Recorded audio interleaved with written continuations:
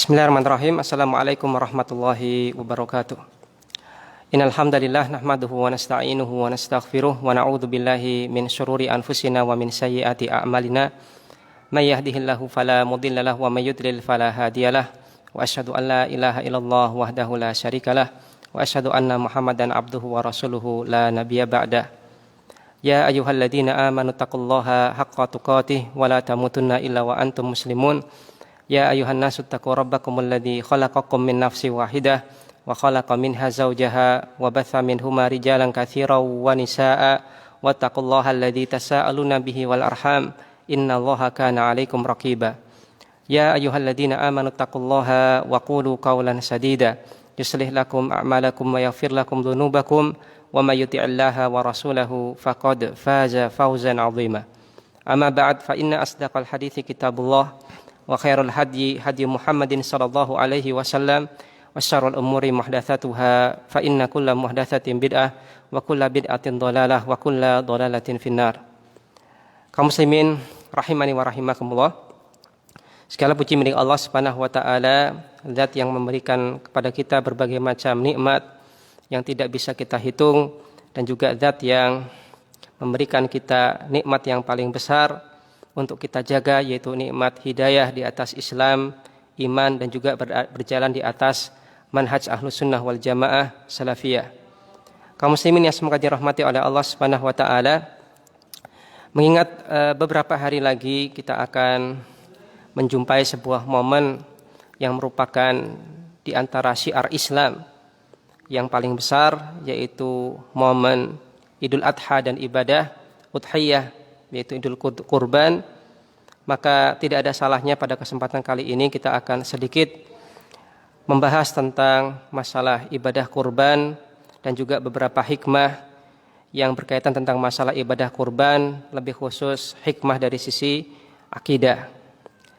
Kaum muslimin semoga dirahmati oleh Allah Subhanahu wa taala, sebagaimana setiap tahun kita ketahui bahwasanya Idul Adha ini merupakan salah satu syiar Islam yang terbesar dan juga merupakan hal yang paling nampak, di antara hal yang paling nampak bisa ditunjukkan oleh kaum muslimin tentang bagaimanakah Islam mengajarkan kepada kaum muslimin supaya untuk beribadah kepada Allah Subhanahu wa taala dengan ikhlas, memenuhi perintah Allah Subhanahu wa taala, dan juga meninggalkan hawa nafsunya berkaitan tentang masalah harta dan yang lainnya, dan juga bagaimanakah kaum muslimin berusaha untuk meneladani nabinya sallallahu alaihi wasallam tentang tata cara pelaksanaan ibadah-ibadah pada tanggal 10 Dzulhijjah tersebut.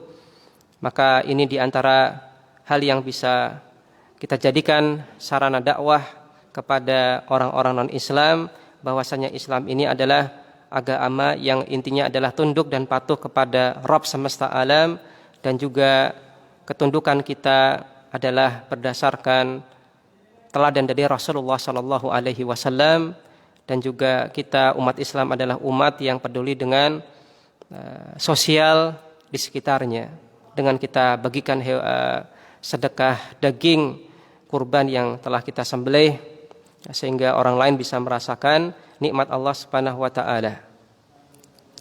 Kaum muslimin yang semoga dirahmati oleh Allah Subhanahu wa taala, Allah Subhanahu wa taala mengatakan di surat Al-An'am ayat 162. Allah Subhanahu wa taala katakan, "Qul," katakanlah, "Inna sholati," sesungguhnya salatku, "wa nusuki," dan ibadahku, "wa mahyaya," kehidupanku, "wa mamati," dan kematianku, "lillahi," hanyalah milik Allah atau hanyalah untuk Allah, Rabbil alamin, Rabb semesta alam.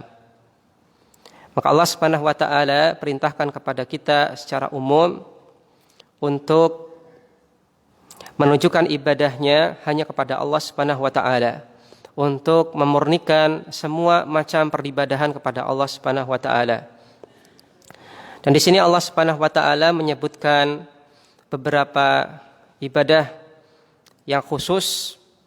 Yang pertama adalah Allah sebutkan salat. Sebagaimana kita ketahui bahwasanya salat ini merupakan rukun Islam yang kedua, di mana Rasulullah Shallallahu Alaihi Wasallam katakan, ya, salat itu adalah tiang agama. As-salatu imaduddin, faman aqamaha faqad aqamaddin, wa man hadamaha faqad hadamaddin. Salat itu adalah tiang agama. Barang siapa yang dia bisa menegakkan salat, maka dia telah menegakkan agamanya. Dan barang siapa yang dia menghancurkan salatnya, dalam artian sama sekali tidak pernah salat, nah, meskipun dia mengaku adalah seorang muslim, tapi sama sekali tidak pernah salat, faqad hadamaddin, maka dia telah menghancurkan agama. Maka tidak heran di sini Allah Subhanahu wa taala menyebutkan ibadah salat, supaya Allah Subhanahu wa taala perintahkan kepada manusia untuk memberikannya hanya kepada Allah Subhanahu wa taala. Kemudian ibadah yang kedua adalah ibadah nusuk, wa nusuki. Sebagian ulama menafsirkan untuk kata nusuk di sini adalah ya, ibadah, ya semua macam ibadah. Namun sebagian ulama yang lain menyampaikan bahwasanya yang dimaksud dengan nusuk di sini artinya adalah sembelihan. Maka sembelihan, segala macam bentuk penyembelihan, penyembelihan apapun itu, yang menyembelih hewan yang halal untuk disembelih, maka itu adalah hendaknya kita tujukan untuk Allah Subhanahu wa taala. Kita niatkan untuk Allah Subhanahu wa taala. Kita sebut nama Allah Subhanahu wa taala ketika menyembelihnya. Karena penyembelihan ini juga diantara bentuk peribadahan kepada Allah Subhanahu wa taala. Kaum muslimin yang semoga dirahmati oleh Allah Subhanahu wa taala, apabila kita tengok sejarah di umat-umat terdahulu ataupun zaman jahiliyah, maka banyak di antara mereka yang menyembelih hewan dalam rangka untuk mengagungkan sesuatu. Atau mungkin sebagian mereka ada yang dengan niat menolak bala, menolak musibah, dan seterusnya. Dan mungkin bisa kita lihat sampai zaman kita ini. Dan sebagian mereka, bahkan sebagian besar mereka, ketika menyembelih ini ditujukan untuk selain Allah Subhanahu wa taala.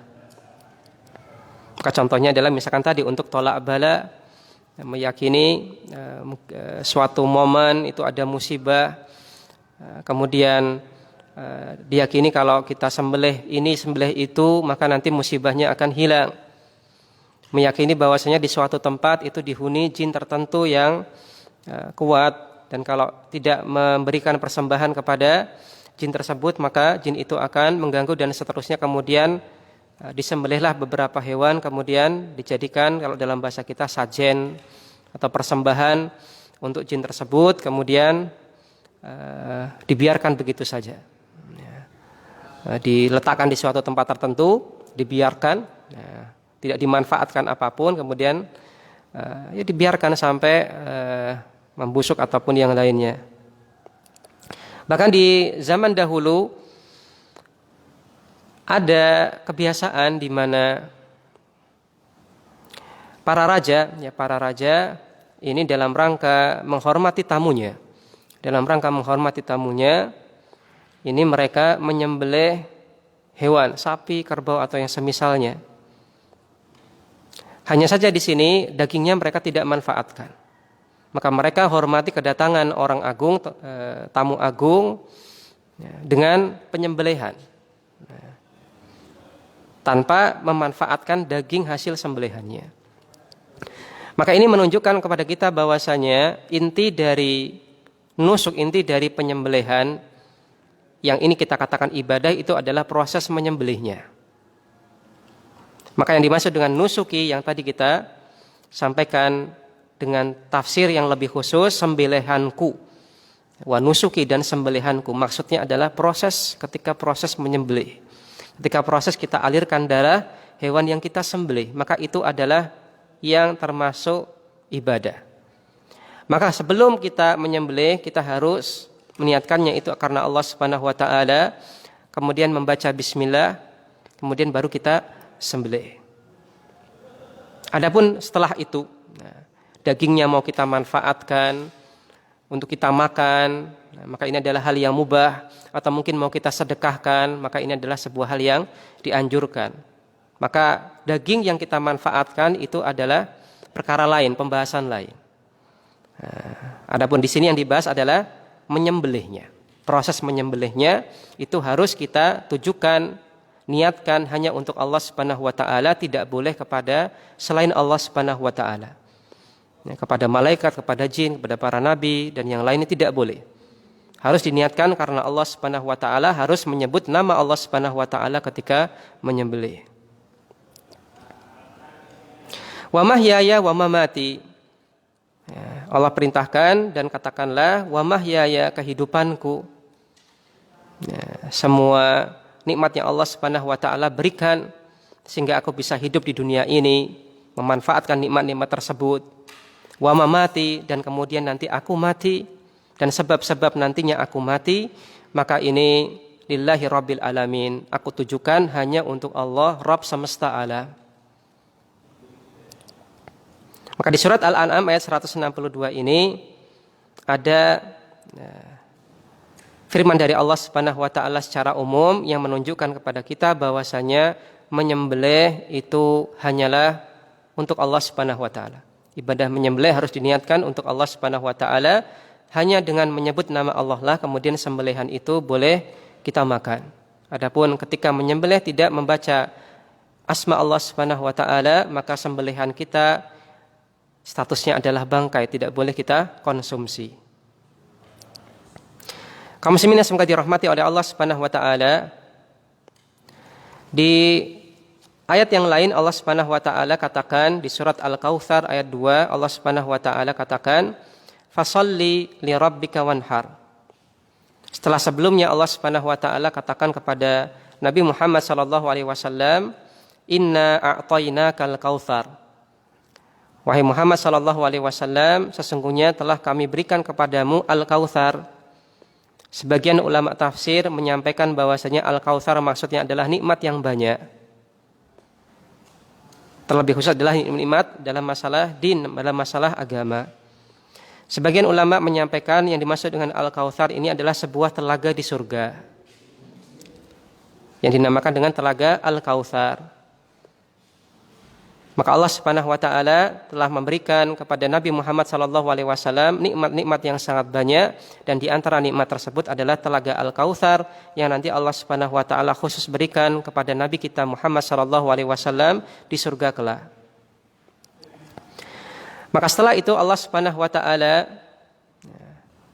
setelah Allah sebutkan nikmat yang Allah berikan kepada nabinya, Allah Subhanahu wa taala berikan perintah. Allah katakan fasalli li rabbik. Maka hendaklah engkau salat, dan salat ini engkau tujukan, engkau niatkan untuk Rabbmu. Wanhar, dan begitulah, dan inhar, dan sembelihlah. Lakukanlah penyembelihan. Lakukanlah ibadah kurban kalau dalam bahasa kita.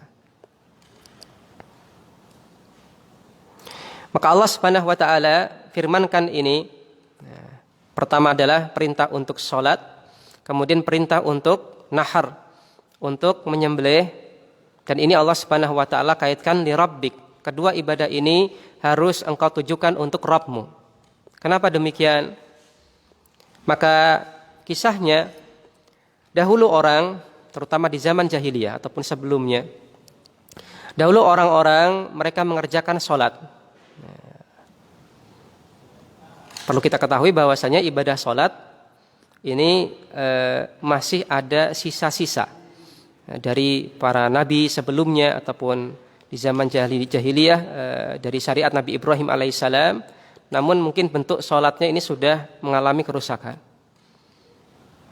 Maka dahulu orang-orang salat dan juga mereka melakukan ibadah penyembelihan.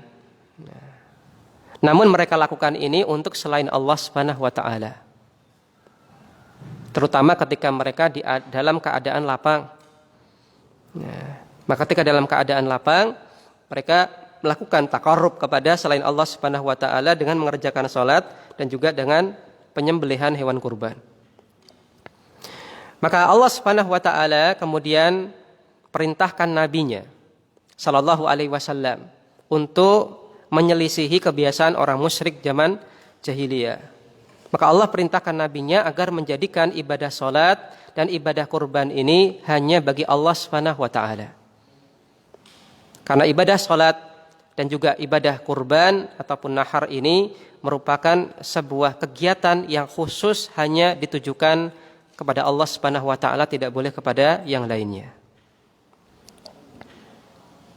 Kaum muslimin yang semoga dirahmati oleh Allah Subhanahu wa taala, masih berkaitan di surat Al-Kautsar ayat 2 ini, Qatadah, kemudian Atha dan Ikrimah dari kalangan tabi'in, beliau berkata menafsirkan ayat ini, beliau mengatakan yang dimaksud dengan ayat ini adalah salat Idul Adha.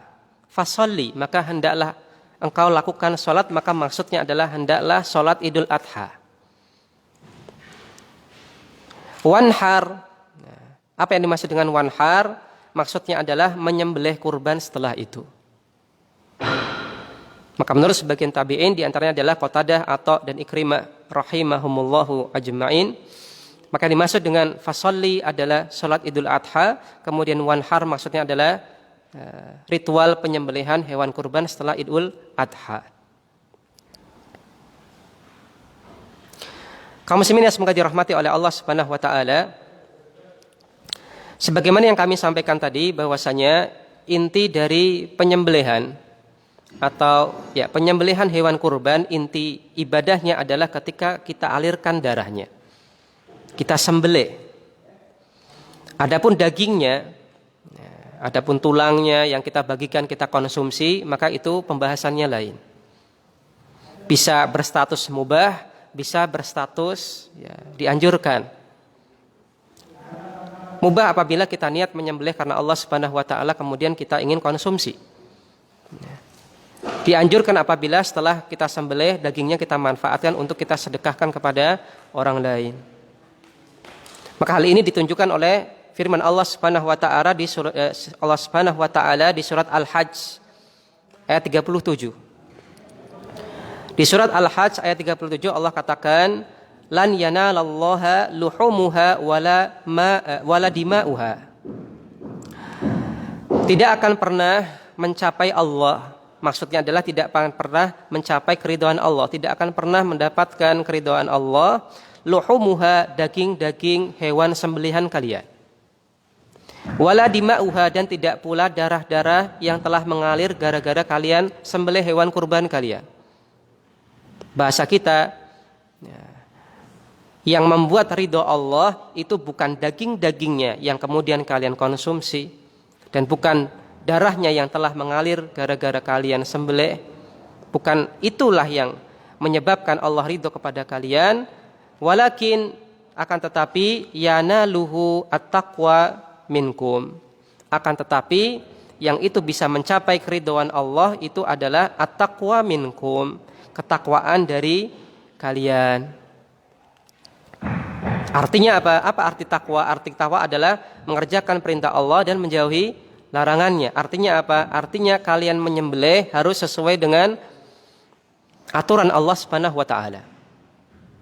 Yaitu harus ikhlas karena Allah Subhanahu wa taala. Dan juga sesuai dengan ajaran Rasulullah sallallahu alaihi wasallam. Adapun daging, darah, maka ini bukan itu yang dinilai oleh Allah Subhanahu wa taala. Sebanyak-banyak daging yang kalian sedekahkan, yang kalian mungkin konsumsi, maka itu yang bukan itu yang menimbulkan hal utama yang menimbulkan keridhaan Allah, tapi yang menimbulkan keridhaan Allah adalah ketika kalian menyembelih, kalian bertakwa kepada Allah Subhanahu wa taala.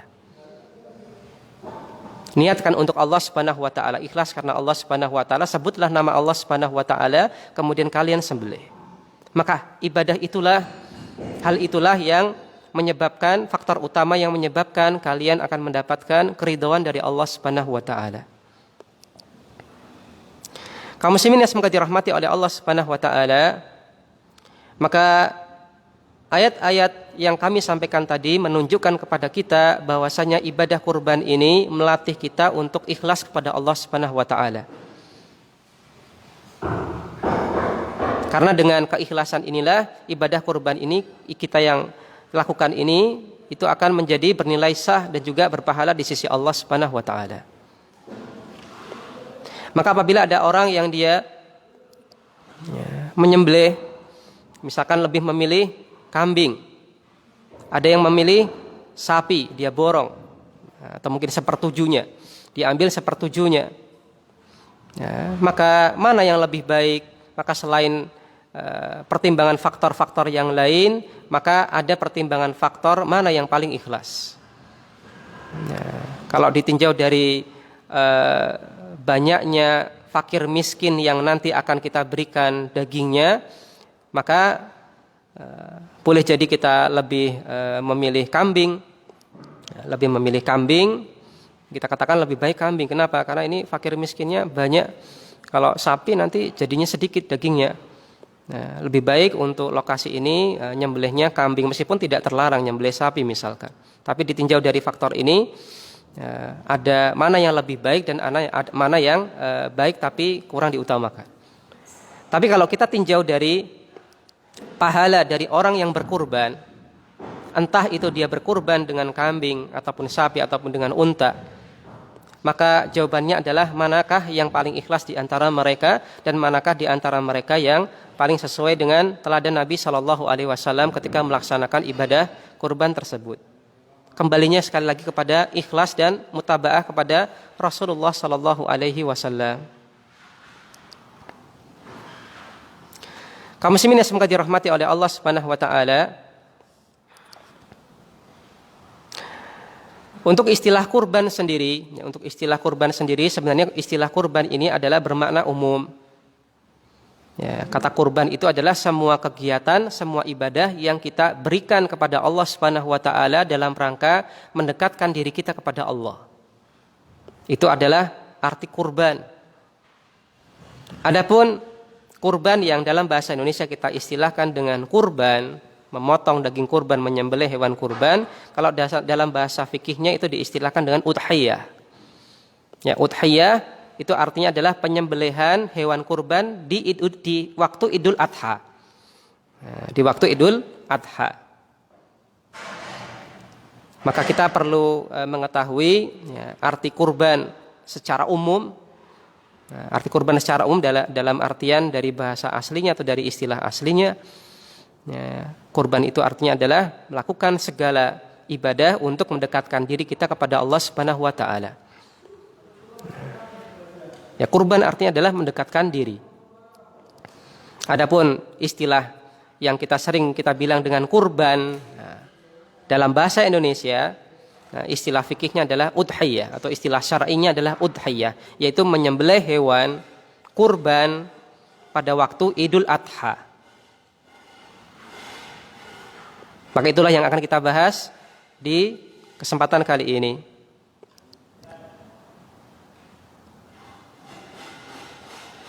Maka berkaitan dengan ibadah udhiyah atau bahasa kita ibadah kurban, maka ini adalah sebuah hal yang disyariatkan oleh Allah Subhanahu wa taala. Begitu pula juga terdapat syariat dalam hadis-hadis Nabi sallallahu alaihi wasallam, dan ini merupakan sebuah perkara yang disepakati oleh para ulama tentang pensyariatannya. Adapun dalam Al-Qur'an, maka Allah Subhanahu wa taala katakan sebagaimana yang tadi kita sampaikan di surat Al-Kautsar, Allah Subhanahu wa taala katakan fasalli lirabbika wanhar. Maka hendaklah engkau salat dan menyembelih untuk Rabbmu. Yang tadi kita sampaikan bahwasanya sebagian ulama menafsirkan salli dan wanhar di sini maksudnya adalah lakukanlah salat Idul Adha dan setelah itu lakukanlah kurban, penyembelihan hewan kurban. Adapun dari hadis Nabi sallallahu alaihi wasallam, maka dari sahabat Anas bin Malik radhiyallahu anhu, beliau katakan, "Dhahan Nabi sallallahu alaihi wasallam bikabsain." Nabi sallallahu alaihi wasallam menyembelih hewan kurban ketika hari Adha bikabsain dengan 2 domba. Amlahain yang warnanya adalah hitam putih. Akronain yang memiliki 2 tanduk, dua-duanya bertanduk. Dzabahahuma biyadi. Nabi sallallahu alaihi wasallam sembelih keduanya biyadi dengan tangan beliau sendiri. Wasamma wa kabbara. Kemudian beliau menyebut nama Allah Subhanahu dan beliau menyebut nama Allah Subhanahu wa taala kemudian bertakbir. Kaum muslimin semoga dirahmati oleh Allah Subhanahu wa taala. Maka di sini kita bisa lihat petunjuk Nabi sallallahu alaihi wasallam ketika berkurban. Yang intinya Nabi sallallahu alaihi wasallam memilih hewan terbaik untuk beliau persembahkan kepada Allah Subhanahu wa taala. Maka ini menunjukkan kepada kita bahwasanya untuk masalah ibadah hendaklah kita berikan yang terbaik. Contohnya adalah tadi udhiyah, menyembelih hewan kurban. Maka kita yakini, akidah kita meyakini bahwasanya Allah Subhanahu wa taala adalah zat yang maha mulia, maha baik. Innallaha ta'ala thayyib, la yaqbalu illa thayyiba. Sesungguhnya Allah Subhanahu wa taala maha baik dan Allah tidak menerima kecuali yang baik-baik saja. Oleh karena itulah untuk Allah Subhanahu wa taala, supaya kita lebih mendapatkan keridhaan Allah Subhanahu wa taala, kita berusaha untuk memberikan yang terbaik untuk beribadah. Maka untuk hewan kurban, usahakan kita pilih hewan kurban yang terbaik.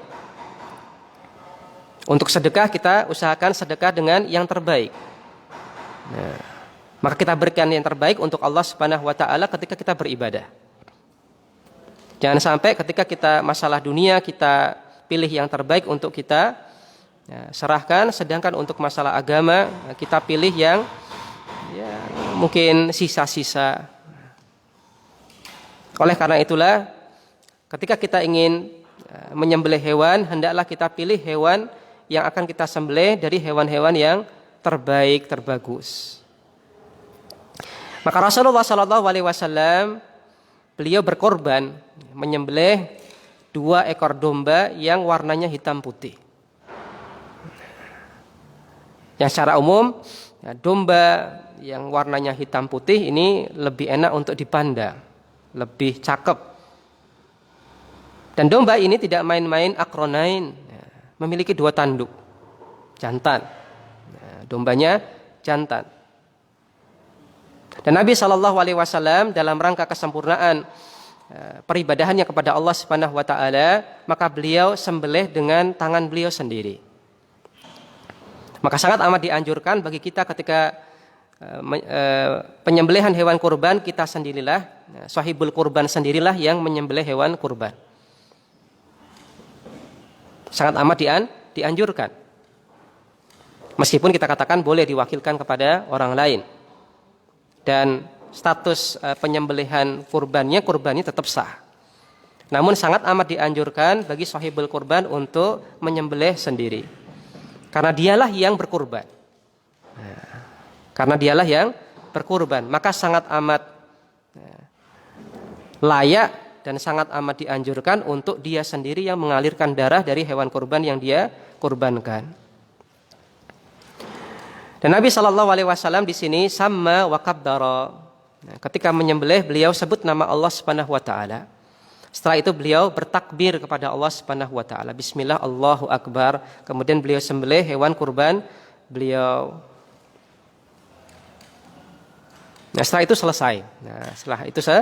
Selesai dalam artian setelah beliau sembelih hewannya sudah tuntas mati, kemudian baru masalah kulit, daging dan seterusnya beliau serahkan kepada kaum muslimin yang lain.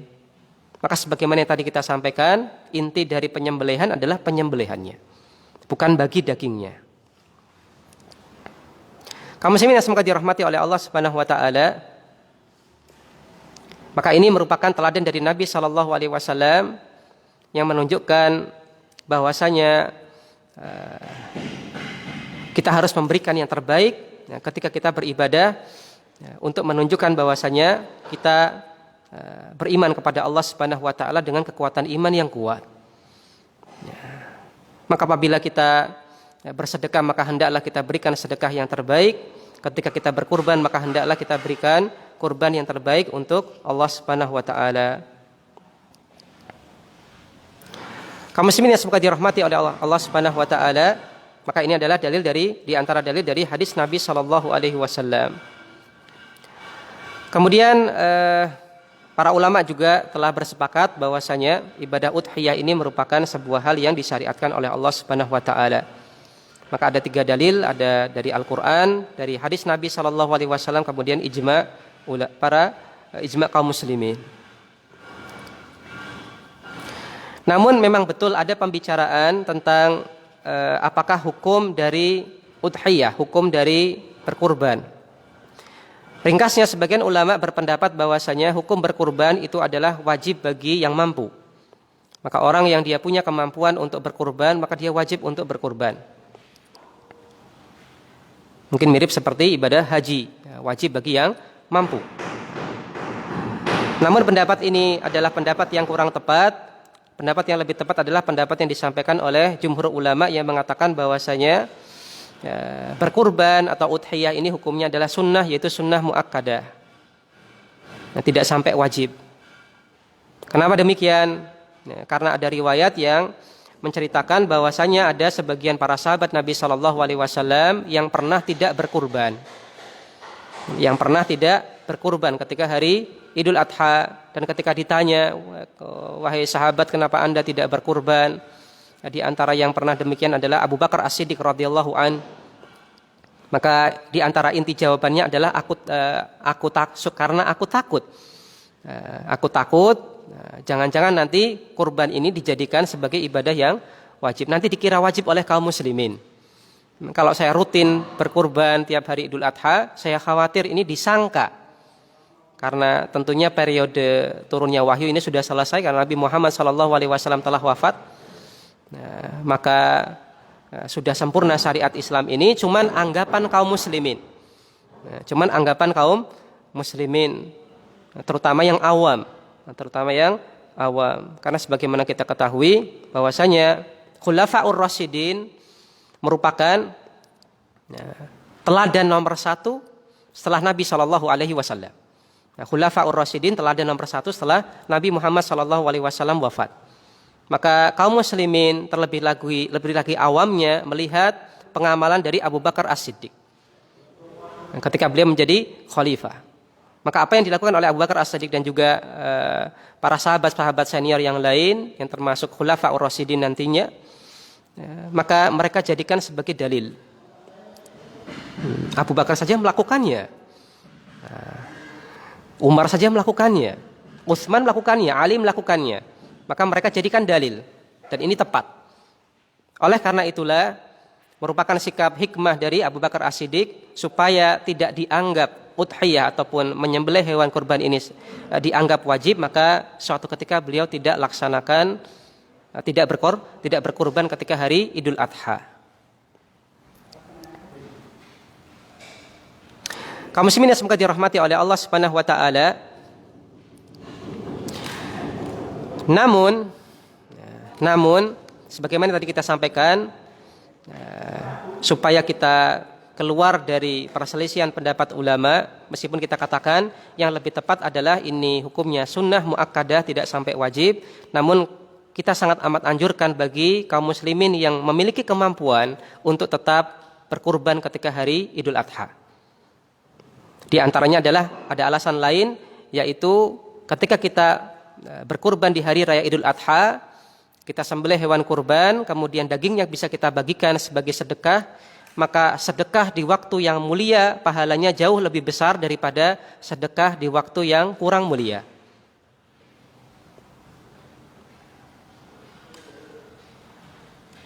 Dan ini juga menunjukkan kepada kita bahwasanya keyakinan kita, akidah kita tentang adanya hal yang spesial di waktu-waktu yang mulia. Maka Allah Subhanahu wa taala memberitahu kita, memang betul ada tempat-tempat yang spesial, tempat-tempat yang mulia. Masjidil Haram, Masjid Nabawi, yang nilai sholatnya, pahala sholatnya di Masjidil Haram, Masjid Nabawi ini jauh lebih besar daripada nilai pahala sholat di tempat selain keduanya. Maka ada tempat yang spesial, sehingga pahalanya spesial. Kemudian ada juga waktu-waktu yang spesial, sepertiga malam terakhir, untuk bermunajat kepada Allah Subhanahu wa taala. Kemudian antara adzan dan iqamah waktu mustajab untuk berdoa dan waktu-waktu yang lain. Kita tahu itu dan kita dengar itu secara pasti dan kita yakini, kemudian kita aplikasikan dalam ibadah-ibadah yang lain, maka ini menunjukkan bahwasanya kita memiliki akidah yang kuat tentang hal ini. Yaitu akidah tentang keyakinan kita tentang Allah Subhanahu wa taala memang menspesialkan waktu-waktu ataupun tempat-tempat ataupun mungkin atau juga person, dan Allah Subhanahu wa taala lebihkan daripada yang lain. Maka di waktu Idul Adha itu adalah waktu yang spesial. Sehingga secara umum ibadah-ibadah yang dilakukan di waktu spesial tersebut memiliki pahala yang lebih baik daripada ibadah-ibadah yang tidak dilakukan di waktu yang spesial. Meskipun semuanya baik, semuanya berpahala. Maka ibadah sedekah dengan daging hewan kurban di waktu Idul Adha itu jauh lebih spesial, jauh lebih baik daripada sedekah dengan daging hewan sembelihan di luar Idul Adha. Maka karena faktor inilah kita katakan dalam rangka keluar dari perselisihan pendapat ulama dan juga dalam rangka meraih pahala yang jauh lebih besar, tetap kita anjurkan kepada kaum muslimin yang berkemampuan untuk tetap berkurban di hari raya Idul Adha.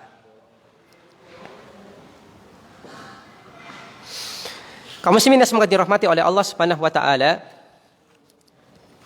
selain faktor pertama tadi masalah akidah, berarti melatih keikhlasan kita kepada Allah Subhanahu wa taala dan juga menguji keyakinan kita tentang beberapa masalah akidah tentang Allah Subhanahu wa taala, memberikan kespesialan di person, di tempat, di waktu. Maka dengan ibadah kurban ini juga melatih kita dari sisi akidah kita kepada Rasulullah sallallahu alaihi wasallam.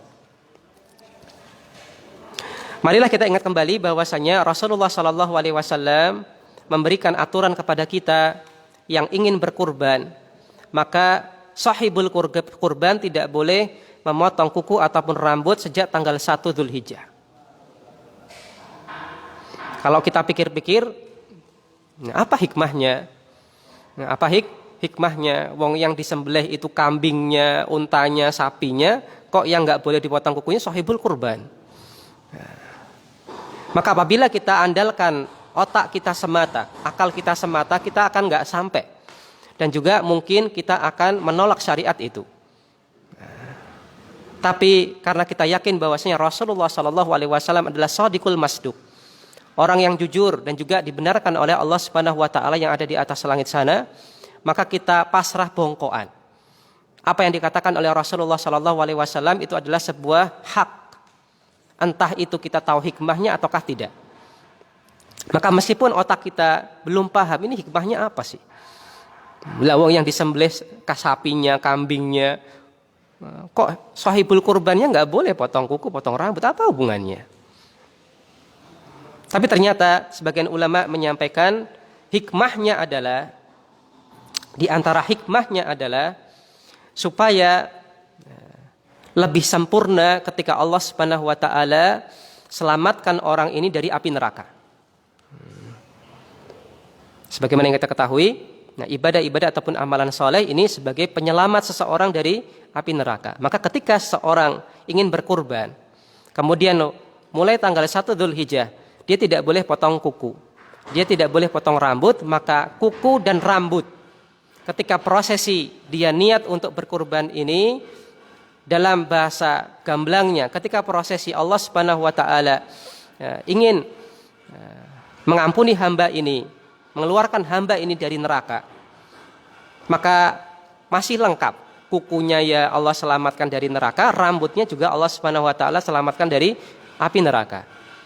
Maka itu adalah sebagian hikmah yang disampaikan oleh sebagian ulama berkaitan apa hubungannya sih? Kok sahibul kurban tidak boleh potong kuku, potong rambut mulai tanggal 1 Dzulhijjah. Maka ala kulli hal kaum muslimin yang semoga dirahmati oleh Allah Subhanahu wa taala, ini menunjukkan tentang kepasrahan kita, ketundukan kita kepada perintah-perintah Nabi sallallahu alaihi wasallam. Kaum muslimin yang semoga dirahmati oleh Allah Subhanahu wa taala, begitu pula masalah hewan kurban. Hewan kurbannya ada syaratnya untuk kemudian boleh kita kurbankan. Di antara syaratnya adalah tidak ada cacat yang kemudian menghalangi kita untuk menyembelih hewan kurban. Tanduknya tidak patah, matanya tidak picak sebelah, telinganya tidak sobek, dan seterusnya. Kemudian mencapai umur yang cukup untuk disembelih atau yang kita istilahkan dengan musinnah. Ya, sapi 2 tahun baru boleh untuk dijadikan hewan kurban. Maka ini pun kalau kita laksanakan, maka ini adalah sebagai bentuk tunduk patuhnya kita kepada Rasulullah Sallallahu Alaihi Wasallam, menunjukkan akidah kita bahwasanya betul-betul Rasulullah Sallallahu Alaihi Wasallam inilah yang harus kita ittibai, harus kita ikuti secara bongkoan.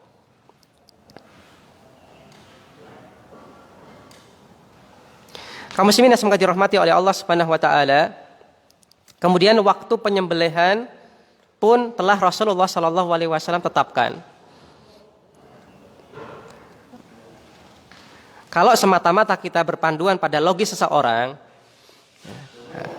maka suatu kebaikan yang dilakukan segera jauh lebih baik daripada yang ditunda. Sesuatu kebaikan yang dilakukan segera itu jauh lebih baik daripada kebaikan yang dilakukan nanti atau ditunda. Tapi kalau kita hanya berpegangan dengan kaidah ini tanpa melihat kaidah yang lain, kita akan salah kaprah dalam melaksanakan ibadah. Karena ada ibadah-ibadah yang Rasulullah SAW tentukan waktunya, tidak boleh di waktu yang lain. Waktunya terbatas. Misalkan Anda sangat semangat sekali ibadah, kemudian pengen habis sholat subuh, ini lagi semangat ini, mumpung lagi semangat, tak sholat duhur sekalian. Mana kita katakan nggak boleh. Meskipun semangat Anda tinggi, pengen langsung melakukan ibadah dan Anda menganggap kebaikan yang segera jauh lebih baik daripada kebaikan yang ditunda, tapi ingat ada ibadah-ibadah yang itu ditentukan Rasulullah SAW waktunya. Maka begitu pula dengan ibadah udhiyah. Maka Rasulullah SAW tentukan waktunya yaitu setelah sholat Idul Adha. Maka apabila Anda lakukan udhiyah sebelum sholat Idul Adha, maka udhiyah Anda tidak bernilai udhiyah. Penyembelihannya sah, tapi ini tidak berpahala sebagaimana pahala udhiyah. Dagingnya dibagikan jadi pahala, insya Allah jadi pahala. Tapi sekali lagi ini bukan ibadah udhiyah. Karena Nabi SAW telah tentukan waktunya itu dilakukan setelah sholat Idul Adha. Gimana kalau misalkan ketika waktu sholat Idul Adha tidak bisa melakukan penyembelihan karena satu dan lain hal, maka masih ada kelonggaran yaitu bisa menyembelih di hari-hari tasyrik. Meskipun ini pun ada pembicaraan para ulama. Dan sebagian ulama dalam rangka hati-hati tetap sangat amat menganjurkan tetap di hari Idul Adha. Tanggal 10 Dzulhijjah itu adalah waktu yang terbaik untuk menyembelih. Adapun waktu-waktu tanggal 11, 12, 13 di hari-hari tasyrik, maka ini adalah waktu kelonggaran. Bukan waktu yang paling utama, tapi waktu kelonggaran. Untuk kita masih boleh untuk menyembelih hewan kurban. Kaum muslimin yang semoga dirahmati oleh Allah Subhanahu wa taala pun berkaitan tentang hari tasyrik. Hari tasyrik Rasulullah SAW melarang kita untuk berpuasa. Melarang kita untuk berpuasa. Idul Adha nggak boleh kita puasa. Begitu pula dengan hari tasyrik 11, 12, 13 Dzulhijjah. Ini beda dengan Idul Fitri. Idul Fitri 1 Syawal kita tidak boleh berpuasa, tapi setelah itu kita boleh berpuasa. Maka ini juga menunjukkan kepada kita bahwasanya ibadah harus ada aturannya dari Nabi SAW. Sekali lagi beliau adalah satu-satunya orang yang harus kita patuhi bongkoan. Mungkin akal ini bisa membantu kita memahami, tapi ada hal-hal yang mungkin tidak bisa kita pahami dengan akal. Hanya kita bisa sikapi dengan sami'na wa ta'na. Kami dengar dan kami taat. Maka sama-sama hari raya Idul Fitri, Idul Adha, tapi berbeda. Sama-sama syiar Islam tapi berbeda. Maka Nabi SAW tidak perbolehkan kita untuk puasa tanggal 11, 12, 13 Dzulhijjah karena itu adalah hari-hari makan dan minum. Hari raya kaum muslimin. Nah, setelah itu boleh terserah kalian apabila berkebiasaan melakukan puasa sunnah maka silakan dilanjutkan. Tapi ketika di hari-hari tersebut tidak boleh kita laksanakan puasa. Kaum muslimin yang semoga dirahmati oleh Allah Subhanahu wa taala. Maka itu adalah hal-hal yang perlu kita perhatikan berkaitan tentang masalah hewan kurban, penyembelihan hewan kurban, yang kemudian ini merupakan sebuah syiar Islam yang menunjukkan tentang akidah kita kepada Allah Subhanahu wa taala, akidah kita kepada Rasulullah sallallahu alaihi wasallam, dan juga hal-hal yang lain yang berkaitan tentang masalah ibadah-ibadah yang berkaitan tentang masalah udhiyah ini. Ya, belum lagi masalah hewan kurban yang boleh dikurbankan itu apakah semua hewan, ayam boleh tidak. Maka ini pun ada aturannya dari Nabi sallallahu alaihi wasallam. Kaum muslimin yang semoga dirahmati oleh Allah Subhanahu wa taala, demikian sekelumit hal yang perlu kita ingatkan kembali berkaitan tentang masalah Idul Kurban dan juga beberapa hal yang kita sampaikan dengan hal ini. Kurang lebihnya mohon maaf, jika itu benar maka semata-mata dari Allah Subhanahu wa taala, dan apabila ada kesalahan maka itu adalah dari diri kami pribadi dan juga dari setan, dan kami minta ampun kepada Allah Subhanahu wa taala akan hal tersebut. Demikian wassallallahu ala nabiyina Muhammad wa ala alihi washabbihi wasallam. Subhanakallahumma wa bihamdik asyhadu an la ilaha illa anta astaghfiruka wa atubu ilaik. Wassalamualaikum warahmatullahi wabarakatuh.